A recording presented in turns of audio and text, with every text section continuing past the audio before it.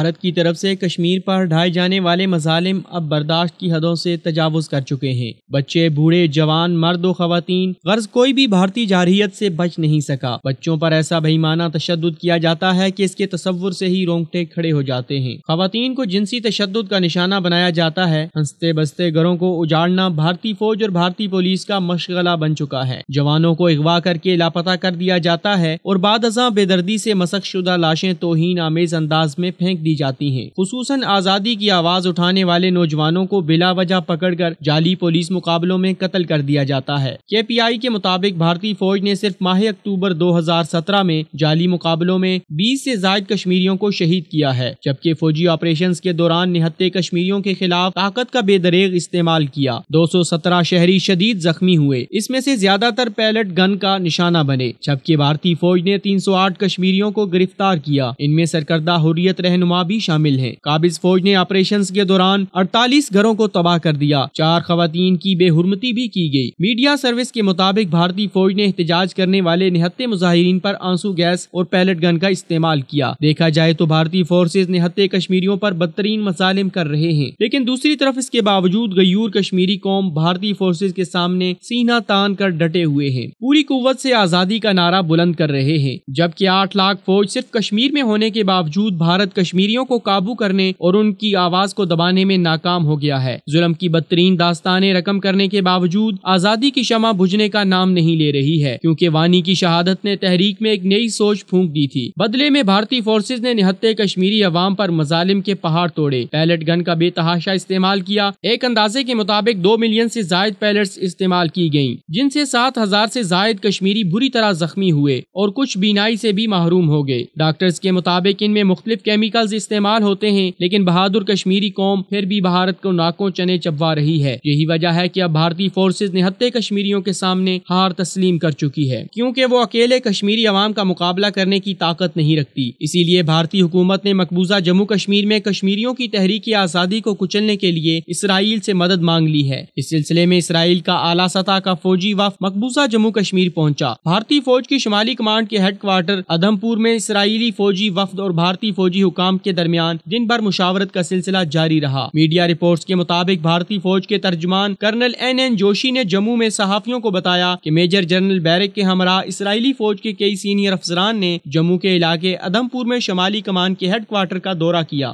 نئی دہلی میں اسرائیلی سفارت خانے کے دفاعی اتاشی بھی جنرل بیرک کے ہمراہ تھے۔ کرنل جوشی نے کہا کہ اسرائیلی گراؤنڈ فورسز کے سربراہ نے لیفٹیننٹ جنرل دیوراج امبو سے باہمی دلچسپی کے امور پر تبادلہ خیال کیا۔ چنانچہ اس حوالے سے یہ بات بھی قابل ذکر ہے کہ اسرائیل اور بھارت کے درمیان تعلقات کے پس منظر میں باہمی دلچسپی کی اصطلاح کو مقبوضہ کشمیر میں جاری عوامی تحریک کو دبانے کے لیے فلسطینیوں کے خلاف اسرائیلی طرز کے مظالم کو دہرانے کے لیے استعمال کیا جاتا ہے۔ ذرائع ابلاغ کی رپورٹس میں کہا گیا ہے کہ اسرائیلی فورسز کے سربراہ نے بھارتی فوج کے کمانڈروں کو غزہ اور مغربی کناروں میں آزادی کی آوازوں کو دبانے کے لیے اسرائیلی فوج کی طرف سے کیے گئے اقدامات پر بریفنگ دی۔ اس سے پہلے بھی وہ اسرائیلی افواج کی ممنوعہ پیلٹ گن اور دیگر ہتھیار مقبوضہ کشمیر میں استعمال کر رہا ہے۔ اب بھارت کی درخواست پر اسرائیل کا ایک اعلیٰ سطحی فوجی وفد جموں پہنچا، جہاں وہ بھارتی فوجی افسران سے مشاورت کر رہا ہے۔ اس سے صاف پتہ چلتا ہے کہ بھارت اسرائیل کی مدد سے مقبوضہ کشمیر میں نہ صرف تحریک آزادی کو فلسطینی تحریک آزادی کی طرح بزور طاقت کچلنے کی منصوبہ بندی کر رہا ہے، بلکہ کشمیری قوم کی جاری نسل کشی کے نئے طریقے آزما رہا ہے۔ پاکستان سمیت دنیا بھر کی متعدد تنظیموں نے کشمیر میں نہتے عوام کی نسل کشی کے لیے بھارت اور اسرائیل کے گٹھ جوڑ کی شدید الفاظ میں مذمت کی ہے اور کہا ہے کہ فلسطین عالم اسلام کی شہرگ اور کشمیر پاکستان کی شہرگ ہے۔ بھارت اور اسرائیل کا گٹھ جوڑ نہ صرف پاکستان کے خلاف بلکہ فلسطین اور کشمیری مظلوم عوام کے خلاف ہے، جس کا مقصد کشمیر اور فلسطین پر بھارتی اور اسرائیلی تسلط قائم کرنا ہے۔ بس نیتن یاہو مظلوم فلسطینیوں کا قاتل اور مودی مظلوم کشمیری عوام کا قاتل ہے، جبکہ کشمیری عوام نے بھارتی فورسز کو ناکوں چنے چبوا دیے ہیں۔ اب بھارت اکیلا غیور کشمیریوں کا مقابلہ نہیں کر سکتا، اس لیے اسرائیل سے مدد کی بھیک مانگ رہا ہے۔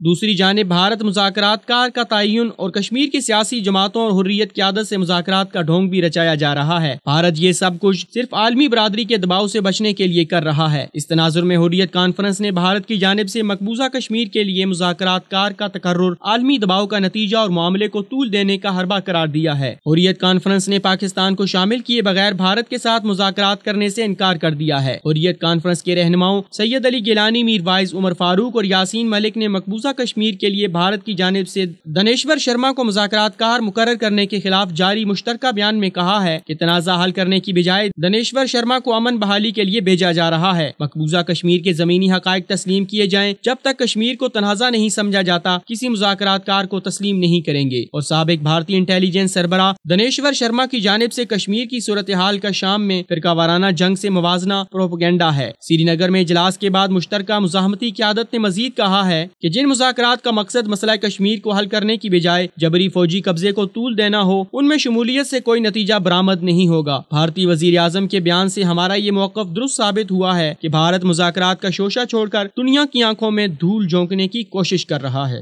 بس ضرورت اس امر کی ہے کہ ہماری حکومتوں کو چاہیے کہ وہ اس حوالے سے ہر انٹرنیشنل فورم پر نہایت مضبوطی سے اپنا موقف پیش کریں اور انسانی حقوق کی اس کھلم کھلا خلاف ورزی اور بھارتی جارحیت کے خلاف ایسا عالمی دباؤ تخلیق کریں جس سے بھارت گھٹنے ٹیکنے پر مجبور ہو جائے۔ ہمیں چاہیے کہ بہترین اور مؤثر پالیسی بنانے کے ساتھ ساتھ بھارت کی طرف سے کشمیریوں پر ڈھائے جانے والے قیامت خیز تشدد کی طرف عالمی توجہ مبذول کروانے کے لیے مناسب حکمت عملی وضع کریں، اور اس کے ساتھ ساتھ کشمیری عوام کو بھی یکجہتی کا ایسا پیغام دیتے رہنا چاہیے جس سے ان کے پائے استقامت کو مزید تقویت ملے اور حوصلہ افزائی کے اس تاثر سے ان کی تحریک آزادی میں جب ضرورت ہو نئی روح پھونکی جا سکے۔